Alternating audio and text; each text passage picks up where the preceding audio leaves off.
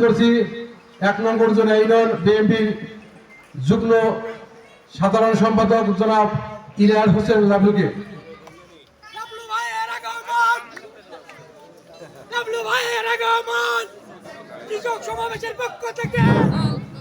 বিসমিল্লাহির রহমানির রহিম।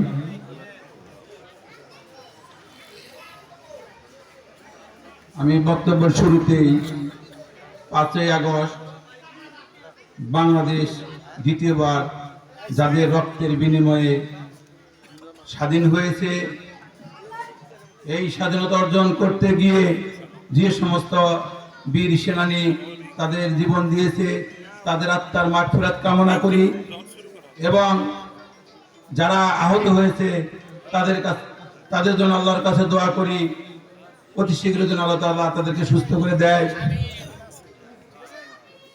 এই অর্জুনা গ্রামে, এই অর্জুনা মাঠে শহীদ রাষ্ট্রপতি জিয়াউর রহমানের শাহাদত বার্ষিকী উপলক্ষে একটি কাঙ্গালি ভোজের আয়োজন করার ব্যবস্থা করা হয়েছিল।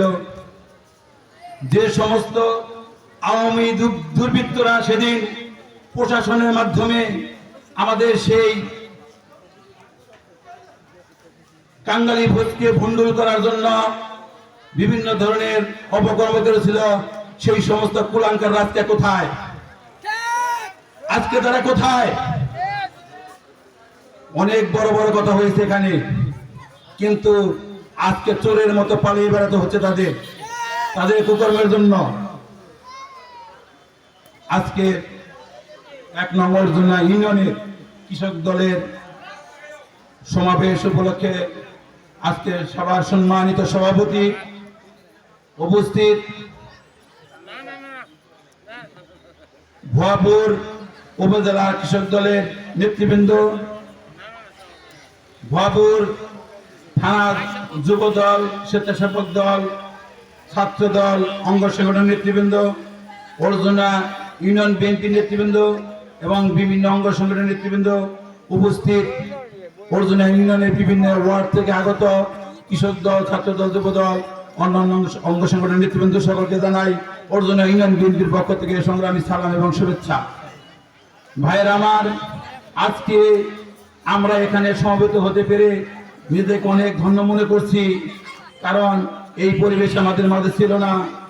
আমি আমাদের নেতৃবৃন্দের কাছে অনুরোধ করব, যে সমস্ত দুষ্কৃতিকারণের কারণে আওয়ামী লীগ এদেশ থেকে বিতাড়িত হতে হয়েছে, আমরা যেন তাদের পথে না যাই, আমরা যেন এদেশকে শহীদ রাষ্ট্রপতির স্বপ্নের দেশ হিসেবে গড়ে তুলতে পারি।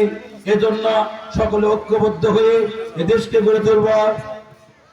তারেক রহমান আজকের যে কৃষক দলের সমাবেশ, তারেক রহমানের নির্দেশে বাংলাদেশের প্রত্যেকটা অঞ্চলে, প্রত্যেকটা ইউনিয়নে এইরকম সমাবেশ হচ্ছে। তারেক রহমানের বক্তব্য হলো, কৃষক বাঁচলে বাঁচবে দেশ, তারেক জিয়ার বাংলাদেশ। আমি কৃষক দলের নেতৃবৃন্দের কাছে উদারত আহ্বান জানাবো, যে সমস্ত কৃষি উপকরণ সরকারি ভাবে আসে সেই সমস্ত উপকরণ আপনারা বিএনপি এবং উপজেলা থেকে সংগ্রহ করে সঠিক টাইমে কৃষকদের হাতে তুলে দেবেন, যাতে করে আমাদের কৃষকরা সঠিক সময়ে চাষ বীজ রোপণ করতে পারে এবং কাঙ্ক্ষিত ফসল উৎপাদন করতে পারে। সকলকে ধন্যবাদ জানিয়ে কৃষক দলের সাফল্য কামনা করে আমি আমার বক্তব্য শেষ করছি। সকলকে ধন্যবাদ। আসসালামু আলাইকুম।